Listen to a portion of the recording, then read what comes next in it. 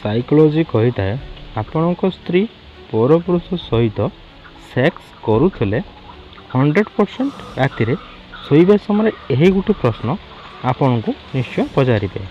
ଯଦି ଆପଣ କୌଣସି କାମରେ ବାହାରେ ରହୁଛନ୍ତି ଓ ଆପଣଙ୍କ ସ୍ତ୍ରୀର ଆଉ କାହା ସହିତ ସମ୍ପର୍କ ରହିଛି, ତେବେ ଘରକୁ ଆସିବାର କିଛି ଦିନ ପରେ ଆପଣଙ୍କ ଯିବାର ଟିକିଏ ଡେରି ହେଲେ ସ୍ତ୍ରୀ ଏହି ପ୍ରଶ୍ନ ଆପଣଙ୍କୁ ନିଶ୍ଚୟ ପଚାରିଥାନ୍ତି, ତୁମେ କେଉଁଦିନ ଯିବ କି?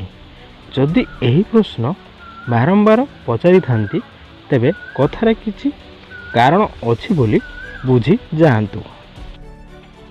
ସାଇକୋଲୋଜି କହିଥାଏ ସମ୍ଭୋଗ କରିବା ପୂର୍ବରୁ ପୁରୁଷ ନିଜର ପ୍ରାଇଭେଟ୍ ଅଙ୍ଗ ଉପରେ ଯଦି ଥଣ୍ଡା ତେଲ ଲଗାଇଥାନ୍ତି, ତେବେ ସେମାନଙ୍କର କରିବାର ସମୟ ଆହୁରି ଅଧିକ ବଢ଼ି ଯାଇଥାଏ। ସାଇକୋଲୋଜି କହିଥାଏ ଯଦି ପୁରୁଷ ଠିଆ ହୋଇ ସମ୍ଭୋଗ କରେ, ତେବେ ମହିଳାଙ୍କୁ ଅଧିକ ଆନନ୍ଦ ଆସିଥାଏ। ସାଇକୋଲୋଜି କହିଥାଏ ସଚ୍ଚା ଲୋକଙ୍କ ଉପରେ ସେତିକି ବିଶ୍ୱାସ ରଖନ୍ତୁ ଯେତିକି ଆପଣ ଔଷଧ ଉପରେ ରଖୁଛନ୍ତି। ସାଇକୋଲୋଜି କହିଥାଏ ଆପଣ ଯେତିକି ସରଳ ଓ ନରମ ହୃଦୟର ହେବେ, ତେବେ ସେତିକି ଚତୁର ଓ ବେଇମାନ ଲୋକଙ୍କ ଦ୍ୱାରା ଆଘାତ ପାଇବେ।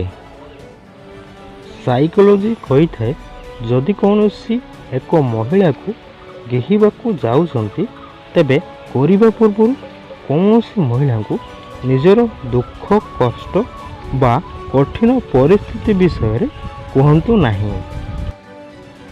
ସାଇକୋଲୋଜି କହିଥାଏ କେବଳ ହ୍ୱାଟ୍ସଆପ୍ ଷ୍ଟାଟସ୍ ଦ୍ୱାରା ଆମେ ଜାଣିପାରିଥାଉ କି ସାମ୍ନାବାଲାର ମାଇଣ୍ଡସେଟ୍ କେମିତି ଅଛି।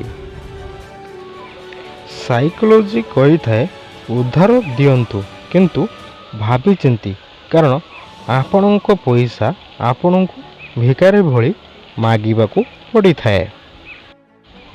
ସାଇକୋଲୋଜି କହିଥାଏ କାଚ ବହୁତ କମଜୋର ହୋଇଥାଏ, କିନ୍ତୁ ସତ ଦେଖାଇବାରେ କେବେ ବି ଡରି ନଥାଏ।